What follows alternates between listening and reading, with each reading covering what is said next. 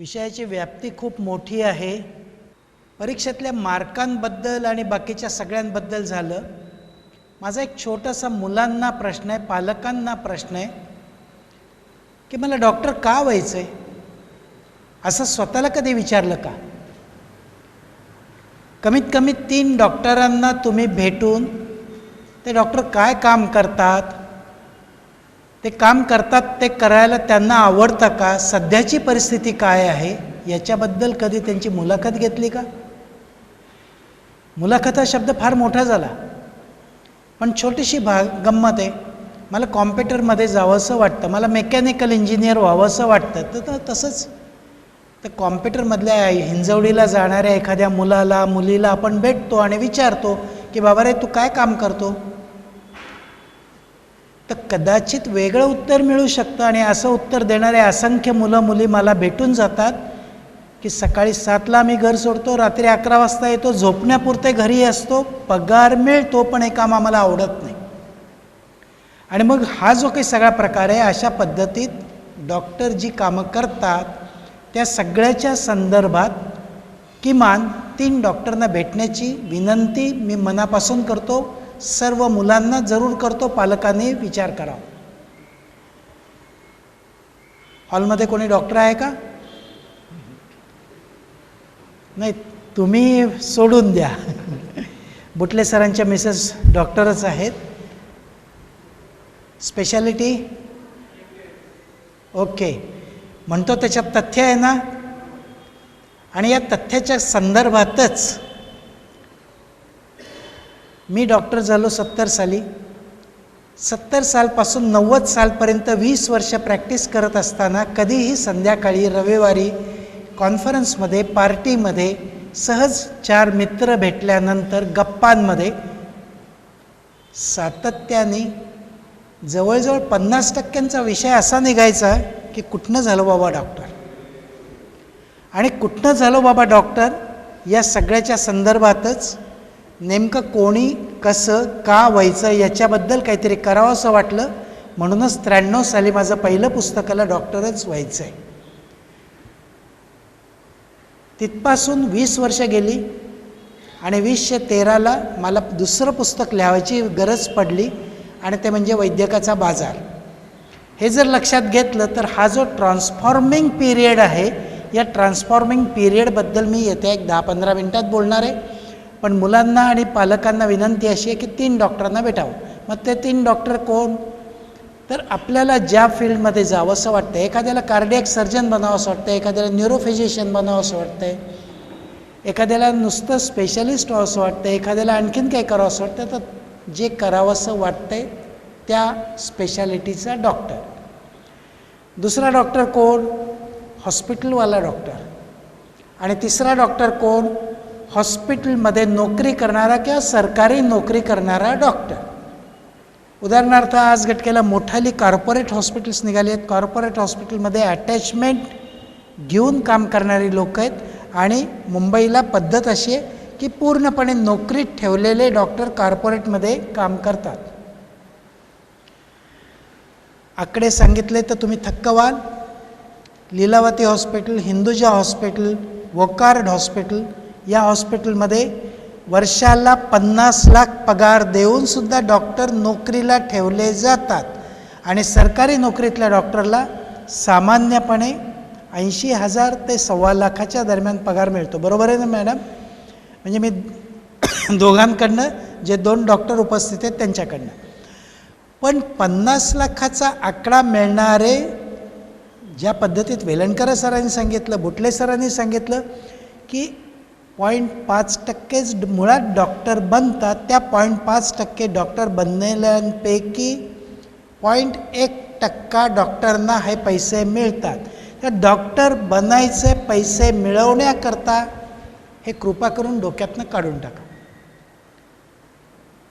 कोणताही doctor specialist बनतो तो वयाच्या कमीत कमी 28व्या वर्षी बनतो. तोपर्यंत सध्याचा एखादा हुशार, त्याच्यापेक्षा कमी हुशार मुलगा 21व्या वर्षी वर्षाला 5 लाख रुपये पगार घेऊन IT मध्ये काम करायला लागलेला असतो. 21 ते 28 7 वर्षात त्यांनी 35 लाख कमावलेले असतात आणि त्या उलट आत्ताच बुटले सरांनी सांगितलं की 1 कोटी रुपये घालून झालेत, अजून 1 कोटी घालायचेत आणि मग पहिला रुपया मिळवायचा आहे आणि तो मुंडी पुरगळून मिळवायचा नसून सभ्यतेने मिळवायचा. या सगळ्याचा विचार करण्याकरता पहिल्यांदा 3 डॉक्टरांना भेटा. दुसरा एक अत्यंत महत्त्वाचा मुद्दा, आपण मार्काचे आकडे ऐकले हो. 500 मार्क लागतात, गव्हर्मेंट मेडिकल कॉलेज मिळतं. इतके मार्क पाहिजेत, इतकं मिळतं. पण सातत्याने ज्या वेळेला सरकारची CET होती त्याही वेळेला आणि नीट आली त्याही वेळेला फक्त आणि फक्त मेडिकलमध्ये एक इश्यू अत्यंत महत्त्वाचा आहे, तो म्हणजे एलिजिबिलिटीचे mark. You are eligible to become a doctor or not. CET होती त्यावेळेला तो आकडा 200 पैकी 100चा होता, म्हणजे 50% मार्क असतील तरच डॉक्टर होण्याच्या फंदात पड. 50% नसतील तर निदान पेशंट बरा नाही झाला तरी चालेल, त्याचं काही बरं वाईट करू नये याच्याकरता ते 50% लागायचे. नीटचा यंदाचा एलिजिबिलिटीचा आकडा त्यांची काढण्याची पद्धत वेगळी, तो पर्सेंटाईलमधनं निघतो. यंदाच्या वर्षीचा आकडा होता 137. आपण 140 धरू. आता नीटच्या परीक्षेला एका प्रश्नाला 4 मार्क आहेत. सर बरोबर आहे ना? 180 प्रश्न 180 मिनिटात आपल्याला सोडवायचे, म्हणजे एका प्रश्नाला 1 मिनिट आहे. मग 140च्या एलिजिबिलिटीसाठी लागणारे फक्त 35 प्रश्न सोडवणं आणि सरांनी सांगितलेले 500 मार्क मिळवण्यासाठी लागणारे 125. बरोबर आहे? मग 180 पैकी 125 मार्क 125 प्रश्न नेमकेपणाने सोडवण्याची ज्याची कुवत आहे तो गव्हर्मेंट मेडिकल कॉलेजमध्ये जाणार. सर्व मुलांना मी मुद्दामून सांगतोय, 180 प्रश्न सोडवण्याच्या ऐवजी बरोबर सोडवलेले 125 प्रश्न मुलं जी सोडवतील ती या सगळ्या दृष्टीने गव्हर्मेंट मेडिकल कॉलेजमध्ये जाणार आहे. तेव्हा मार्कांची आकड्यांची भीती सोडून मग त्या 125मधले बायोलॉजीचे किती, फिजिक्सचे किती आणि केमिस्ट्रीचे किती, अशा पद्धतीत विचार तो सगळा सुरू करायचा आहे. आणि असा विचार सुरू केल्यानंतर आता पुन्हा आणखीन एक नीटची, मग ती डीपरनी घेतलेली नीट असो किंवा सरकारी नीट असो किंवा JEE असो, त्याची एक गंमत असते. ती गंमत मोठी ऐकण्याजोगी असते. प्रश्न आणि पेपर सोडवायला मुलं सुरुवात करतात. पहिला प्रश्न, सपकन कानाजवळून बाउन्सर गेला. श्रीलंकेची मॅच चालली आहे म्हणून मी त्याचं उदाहरण देतो. दुसरा प्रश्न, कपाळावरच बॉल आदळणार होता, खाली बसलो आणि डोकं वाचवलं. तिसरा प्रश्न, छाताडावर येतो का काय. असे पहिले 3 प्रश्न वाचल्यावर मेलो मेलो मेलो एवढंच फक्त डोक्यात यायला लागतं. आता गंमत अशी आहे, हे सगळे प्रश्न असतात अत्यंत सोप्या विषयावरचे अत्यंत कठीण प्रश्न. सांगतोय काय, सोप्या विषयावरचे अत्यंत कठीण प्रश्न. मग पेपर काढणारा 5वा प्रश्न टाकतो तो सगळ्यात कठीण भागावरचा अगदी सोपा प्रश्न. आणि मग तो सोपा प्रश्न वाचेपर्यंत जर डोक्यातली भीती काढली, वेलणकर सरांनी सांगितलं की प्रश्न वाचा, 10 सेकंदात ठरवा सोडून द्यायचा आहे का सोडवायचा आहे. पहिले 3 सोडून दिले, चौथा, पण चौथ्याच्या संदर्भात दुर्दैवाने अत्यंत कठीण भाग हा ऑप्शनलाच टाकलेला असतो, कधी वाचलेलाच नसतो. 5वा प्रश्न 11वीच्या पोर्शनवर असतो, 11वी सोडूनच दिलेले असते, नाही तर लीजर म्हणून घेतलेली असते. हा जो सगळा प्रकार आहे हा बंद करायचा आहे. तेव्हा 125 प्रश्न सोडवायचे हे नक्की, त्यातले 0 ऑप्शन हा आपल्याला सगळ्यात महत्त्वाचा धरायचा. मग त्या 0 ऑप्शनमध्ये काय आहे, 11वी सगळी वाचली आहे, 12वी सगळी वाचली आहे, पण ती सगळी वाचल्यानंतर मग त्याच्यातल्या सगळ्यात कठीण भागावरचा सगळ्यात सोपा प्रश्न आला तरीसुद्धा आपण तो मजेत सोडवू शकू. हे जे काही परीक्षेचं टेक्निक आहे, हे टेक्निक प्रॅक्टिसने जमू शकतं. आणि या टेक्निकमध्ये 180 प्रश्न वाचण्याच्या फंदात न पडता 150 प्रश्न वाचायचे आणि योग्य पद्धतीत 125 प्रश्न सोडवायचे आणि चुकूनसुद्धा खोटं उत्तर देऊन मिळालेले मार्क घालवायचे नाहीत. अशा टेक्निकवर मुलांनी भर 2 वर्ष द्यावा. थोडंसं एक वेगळ्या विषयाकडे येतो. आज भले भले डॉक्टर अशा चिंतेत आहेत की जो पेशंट आत्ता बरा करण्याकरता आपल्याकडे आला आहे तो आपली पायरी उतरल्यावर आपल्यावरच खटला भरेल का काय. हा जो काही सगळा प्रकार आहे हा वेगळ्या आणि अत्यंत गंभीर दिशेला चाललेला आहे.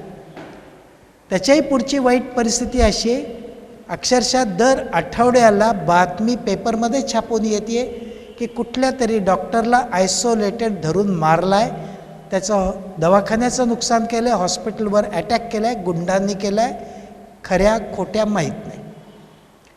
या सगळ्या प्रकरणाला तोंड देण्याची आपली मानसिकता आहे का? नसेल तर भले तुम्ही खूप हुशारी दाखवून डॉक्टर झालात आणि ती डॉक्टर झाल्यानंतर या सगळ्याला जर तोंड देण्याची मानसिकता नसेल तर सरकारी नोकरीत जाऊन गोरखपूरसारख्या प्रकरणात तुम्ही त्याला तोंड देणार आहात का? गोरखपूरचं प्रकरण काय चाललं आहे?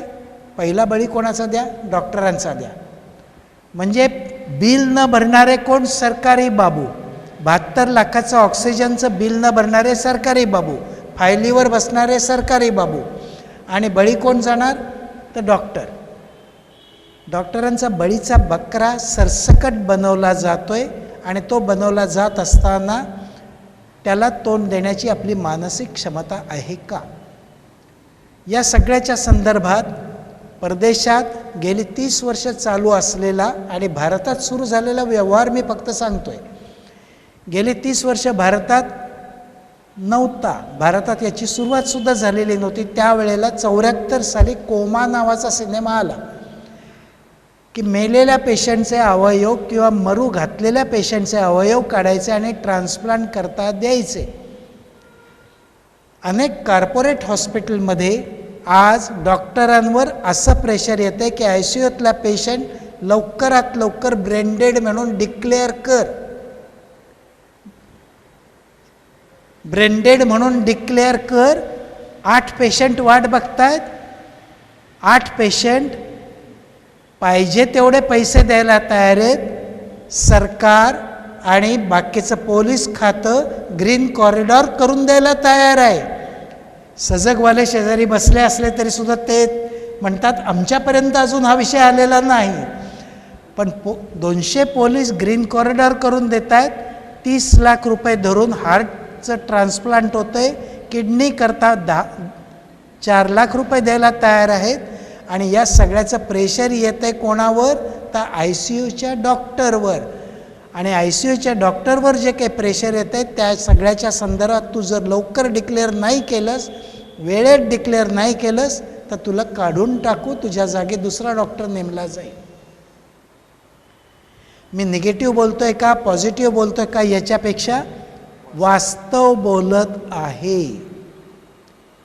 तेव्हा गोरखपुरी लक्षात घ्या. आणि अप्रतिम पुण्यातल्या एखाद्या हॉस्पिटलमध्ये ट्रान्सप्लांट होत असलं तर तिथलंही वास्तव लक्षात घ्या.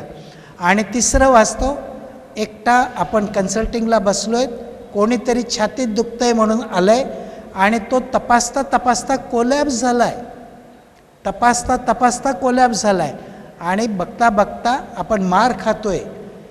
हा जो काही सगळा प्रकार आहे याला तोंड देण्याचं वास्तव याच्यानंतरचं वाढत जाणार आहे.